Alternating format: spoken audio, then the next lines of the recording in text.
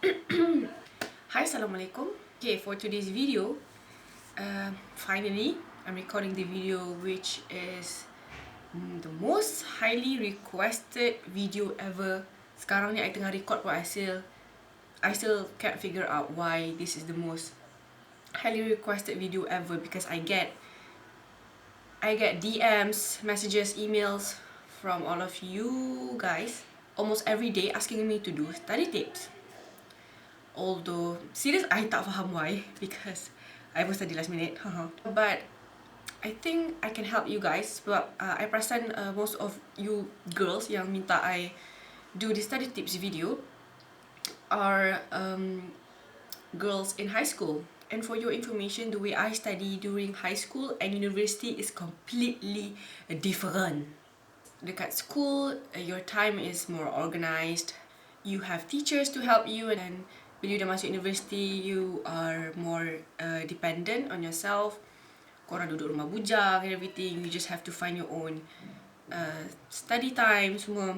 Before that, I just want to mention that I was in MRSM, Maktab Rendah Sains Maratun Maktab apa benda aku cakap ni? Maktab Rendah Sains Maratun Gafa Baba.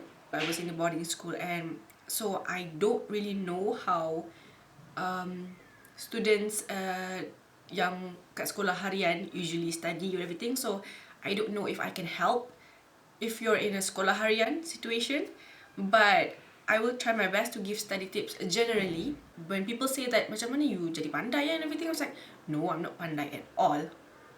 I'm like a little bit dumb sometimes. Dia tak kisah as long as you pandai or tak pandai. It matters if you rajin or tak rajin. If you put so much effort to study and to score, insyaAllah you will score. Your effort will never betray you, insyaAllah. I think my SPM was because of my very hard work. And believe it or not, I cried because of physics and maths, because I am so weak in physics. I hate physics. Beribu kali hafal dia punya formula pun I tak faham. And I remember macam emotionally cried before exam physics. Every time before exam physics. At maths, I boleh tahan lagi because I kind of like at maths. Okay, so the first important thing when you want to study is time. Masa. Demi masa sesungguhnya tak hafal lirik. Time is the most important thing of all. If you want to study, of course, you cannot study if you don't have time. You have to schedule yourself to study. I don't think you guys are that busy. Well, I don't think you guys will be that busy with you guys in high school compared to university, because university you have assignment and presentation and all that stuff. I know school pun ada, but I don't think it's as intense as in university. Although my university tak pernah ada assignment, alhamdulillah. When you're in school, you guys spend most of your times belajar kat sekolah, buat homework and everything. So I hope you guys don't really distract yourself doing something that is not important for you when you know you have an exam is coming up and you're doing something else that is not even important. Personally, for me, I do my study timetable kind of thing every time before I have an exam. So I know on that particular day I have to study contohnya lah on that day I kena habiskan biology subject ni dengan ni, and then malam I nak buat physics ni dengan ni. Esoknya I have to like, okay, chemist, I kena habiskan subjek ni dengan ni, topik ni dengan ni. Malam I kena buat latihan and maths ni dengan ni. So you just have to, you make that schedule and you stick with that schedule for you to dah complete belajar all the materials before your exams. I know some of you guys yang tak familiar, or you can't really do a time study table because it's not your style. It's okay. You just have to study when you have the mood. Tapi janganlah 24 jam tak ada mood kan, memang tak study lah. It doesn't matter if you don't want to really decide what topic or what subject you want to study on that day. You can ikut your mood, but make sure that you study. Make sure you use your time very well. Masa itu emas, everyone knows. And if you don't use your time wisely, then you will come to an end which you will have to study last minute, which is not good. So please manage your time wisely. And also about time, I think you have to find the time which is the most suitable for you to really focus. Kalau boleh elakkan study after asar. I've never found anyone who can really study and focus after asar. You know, as people say, lepas asar study tak masuk and everything. And yes, actually after asar is the time I relax. You can play your handphone, makan, mind all those stuff to save time. I don't know if I should recommend you to stay up, but if it's how you study, then drink coffee and stay up. But make sure you still get enough sleep for you to wake up the next day for your exam. If you're the kind of person who wakes up early in the morning, that's good, because pagi-pagi is the time where your brain tengah active and semua akan masuk dalam kepala otak you dengan senangnya. Kalau you rasa ngantuk, tidur sekejap, just to take a nap. But jangan tidur 2 jam. Tidur like setengah jam macam tu. If you still feel sleepy, then buatlah lompat bintang ke apa, dengan lagu ke yang betul. Find something, you know. If there's a will, there's a way. Korang akan study kalau korang nak study, kalau korang nak score darah tu.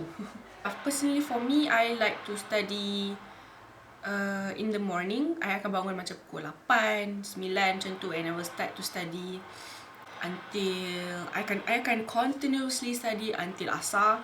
Lepas asar baru I relax and everything, dan lepas maghrib I akan sambung balik sampai I rasa mengantuk.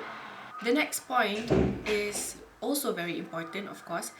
It's about environment. You know, different people work with different environment for you to really focus on your studies and everything. Korang boleh study dekat tempat yang ramai orang ke, ramai orang yang bising ke, which is very weird if you can study that way. Ramai orang yang senyap, which is library.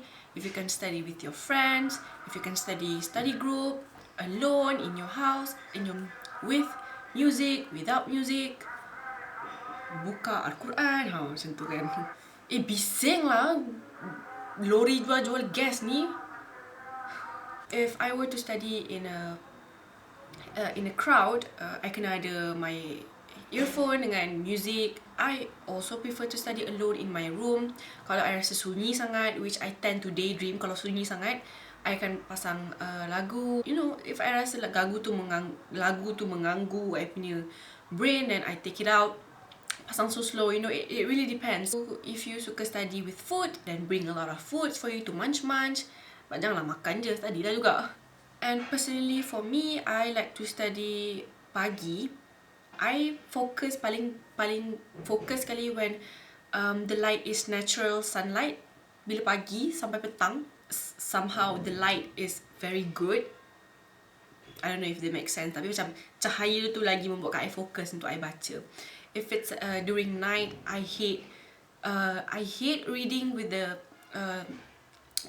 floor lamp, because my eyes will get strained and I feel dizzy and everything. So at night, I just suka, you know, cerita balik dekat myself apa yang I study, or I love to hafal sahaja, or I love to baca balik, which doesn't require me to really focus to understand.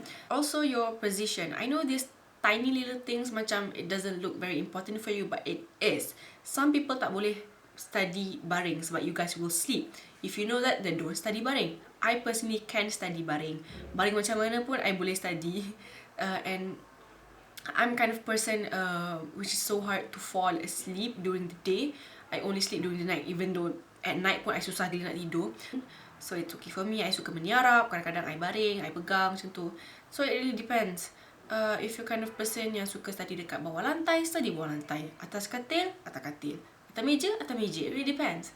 If you can't really study sorang-sorang, find a group mate yang merelakan diri mereka untuk study group. Because I know if you want to do a study group, not everyone wants to do study group, because they will, you know, because probably they want to study on their own. So yes, environment is really important. Make sure you are studying in a tidy room. Kalau bersepah-sepah, usually it will distract you. If it's too busuk, sembuh lah. You know what? Aku dah merepek dah sekarang ni. During winter, it's very, very hard for me to really focus and study because it's so freaking cold. Korang bersyukur korang tak ada winter. Good. Because I hate winter. Sejuk nak mampus. Oh, the third thing is flow. What I mean by flow is that flow, how you study, the flow of how you study. Some people can really study just by reading one time, and dia akan masuk dalam dia punya kepala otak macam mesin photostat. So that's okay with you. So baca sekali je. You know, some people kena ada pen and your highlighter to highlight the important points, to write some notes. Personally for me, it's a little bit time consuming, which is why I said time is very important. At least I need like maybe 5 days. Yeah, 5 days before that one exam for one subject. Because why? First, I will go through, katakanlah I ada 5 materials tau. 5 materials, 5 topics. Yeah, 5 topics. So I akan go through all the 5 topics at first. I akan baca, and the first round is I will try to understand and I will highlight all the important points. I will jot down all the important notes with my pen. That is the first round. The first round is just me understanding the concept, what I'm studying, what I have to know, what I have to hafal and everything. Second round is I will ulang balik and I will try to memorize and I will try to understand more and really get the flow. So after the second round, usually I dah hafal and I dah tahu flow and I dah tahu what's the problem, what I'm studying and everything. I dah dapat everything tahu by the second time I dah ulang. The third time, if I have more time, I will do notes. I akan baca balik, I akan buat notes. Baca balik, I akan buat notes. And that notes is very important for you because you will memorize from that note. So it will depends. You know, suka hati korang nak guna pen warna, pen biasa, kat buku apa semua. I have this wall. So usually I akan write all the notes kat wall ni. So usually if you write notes, you will tend to understand. You will tend to memorize. You will tend to memorize. You tulis that point dekat mana. Katakanlah you tulis buah-buahan. Under buah-buahan, apple, orange. Apa lagi buah-buahan? Nangka. Kenapa tiba nangka? Okay, I mean like bawa under topik buah-buahan ada orange, apple, nangka. And then kalau macam ada exam, apple under kategori apa? Apple. Oh, I ada tulis. Apple dekat bawah kategori buah-buahan. Ya, jawapan dia buah-buahan. I know this is funny, but seriously, it works. It works just not for me, but also my friends. And I think it works for almost everyone because if you write notes and you tend to memorize, you tend to tahu you tulis tu dekat mana. And bila you tahu you tulis tu dekat mana, and then macam you ada tulis like pinpoints, and then you macam ingat balik apa yang pinpoints yang you tulis kat situ. It really helps, seriously. So do notes. If I don't have that much time, the second time I ulang balik all the materials, sambil tu I akan buat notes. That will save a lot of time if I don't have time lah. Kalau I ada, I akan buat 3 kali ketiga baru I buat notes. By that, I macam wow, 100% dah macam dah masuk gila bank dalam I punya otak. Okay, the fourth round, but the fourth step is do exercise. And after you dah faham semua benda, and then you will do exercise. As I said, my method needs a lot of time. It requires a lot of time. Time. If I study last minute sangat, I don't do my notes and I tak buat soalan, which is actually not the right way because usually if you study last minute, orang cakap, alah tak payah study, korang buat je latihan. Nanti apa yang korang buat latihan tu insyaAllah akan keluar kat soalan.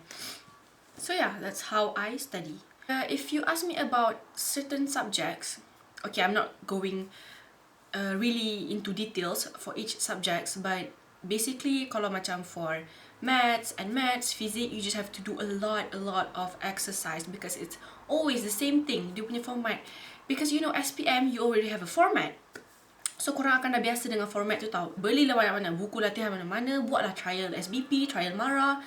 For chemistry, I think you have to really memorize and do notes and faham the concept and everything. And I think chemistry, it will work easier if you have the interest in chemistry, I think. So for biology is personally one of my favourite subjects. So kalau biology, I love to make notes. I love to buat notes dalam cerita in like a form of storyline.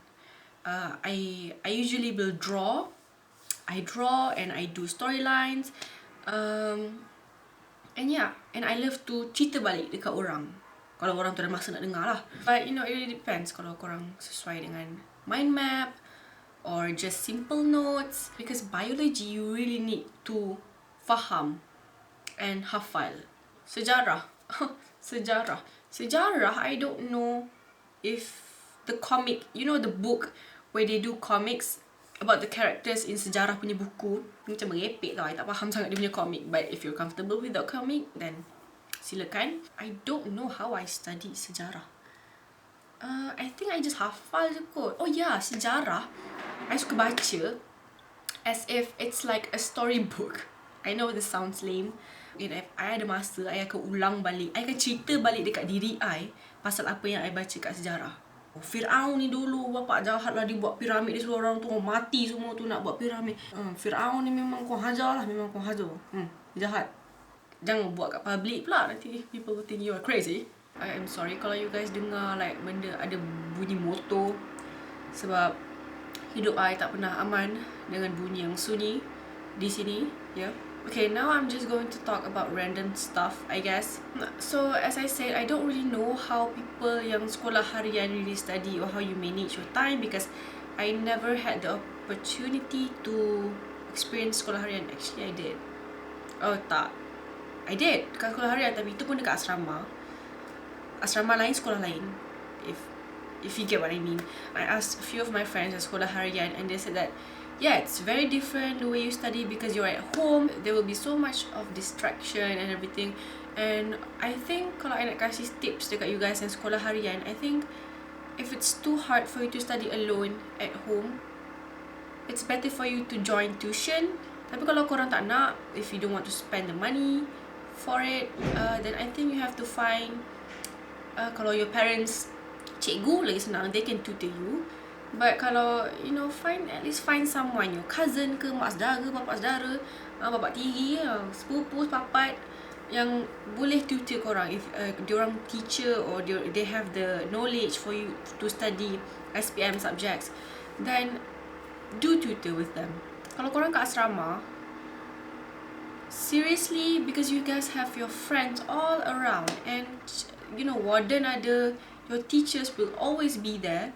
So just ask. Kalau tak faham, ask. And I think the last thing that of course I should mention is doa and tawakal. Now, I just want to talk a little bit about SPM. I think I talk these study tips untuk SPM punya budak. The things that I said just now, itu semua yang I buat for SPM. When you're in university, it's completely different. In university, you know, you're on your own. Tak ada cikgu, lecturer pun Arab. My lecturer at least dia orang Arab semua. It's very challenging for me because my lecturer selalunya mix Arab dengan English, so you can't really understand. And honestly, I didn't even pay attention at all dalam kelas because doktor tengah cakap English. I dah faham dah ni. Baca-baca dia tengah terangkan, I faham. Tiba-tiba dia tukar jadi Arab. Oh, lost. Tiba English balik. Okay, fokus balik. Arab balik. Oh, lost balik. Now, about SPM. Oh, banyak kan I bebel lah. Ni nak suruh I cakap study tips, macam I bebel kat you study tips. SPM, okay, a lot of you guys juga tanya, is SPM tu penting ke tak?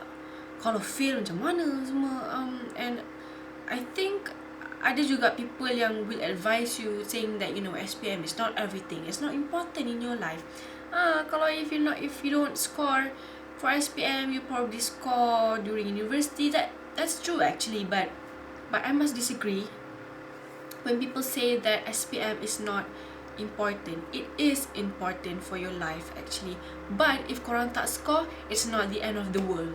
Kalau korang tak score, mungkin tak ada rezeki, then maybe you guys will try harder in university. And I know if you think kalau you guys punya SPM results teruk sangat, you think, oh, tak ada future, mana university nak masuk sebab. But no, you can try, InsyaAllah ada rezeki.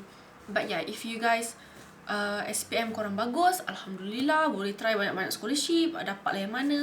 I know this video macam tak kena sebab dia macam I buat video ni after SPM, but this is for the future, whenever you guys need to study for exams. I hope this video was helpful, seriously, because I get questions to do study tips on a daily basis actually. So this is what I came up with. It's kind of general, I think. So yeah, good luck kalau korang ada exams, for SPM students, for PT3 students. I know PT3 sekarang susah gila, SPM pun susah gila sekarang. But try your best. Try your best. If you guys have any questions, then leave a comment down below. I will try to answer, because usually I don't answer my YouTube comments sebab banyak sangat. I'm sorry. If you guys DM I, insyaAllah pun I boleh answer, but it will take some time. I always reply DM I lambat, and also my emails. But I will try to help you guys. Bye. I know you guys probably can't see, but I have like a gunung jerawat yang size dia gunung Everest. Gunung jerawat. Yes, I have a name for my pimple. Gunung jerawat.